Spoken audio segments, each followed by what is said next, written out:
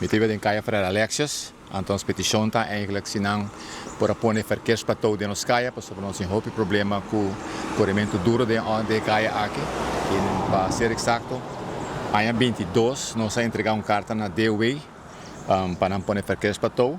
Então, uma carta também tem para o primeiro-ministro, tempo e também para a senhora Weaver. Pero nós só temos um contexto de BCI.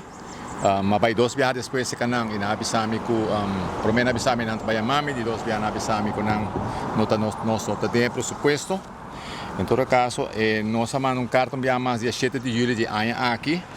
Então, mas na tua caminha na tropa para quem pode nós que perquês plateau, pero nós só tendo nenhum feedback de nenhum gente, mas última mapapi a busca plano logístico na sabaneta na no contestami, mapapi com polícia de barrio, então polícia de barrio bisami não tá bem find out.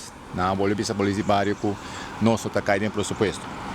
Mientras tanto, nós espera hope de nós mascota não com outra trapa.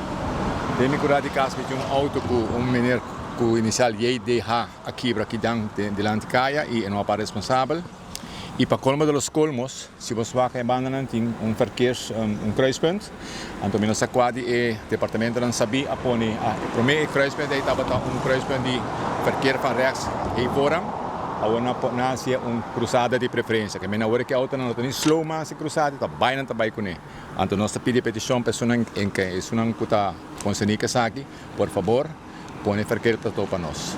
Well, pe ano 22 se põe, por exemplo, corrimento auto duro dia à noite. Aqui banda tem escola, mas não tá passa, tem gente grande não que tá cruza para comida outro também. Nós escrevemos não que o corrimento duro tem dia, então é perigoso para nós. Essa é a nossa equipe. A carta me manda dia 7 de julho, mandei para o senhor diretor suplente, o senhor Gomes, para mim não é feedback de dia ainda. Pero depois não avisa que tem surplus, pero surplus me toca que um caminho ainda.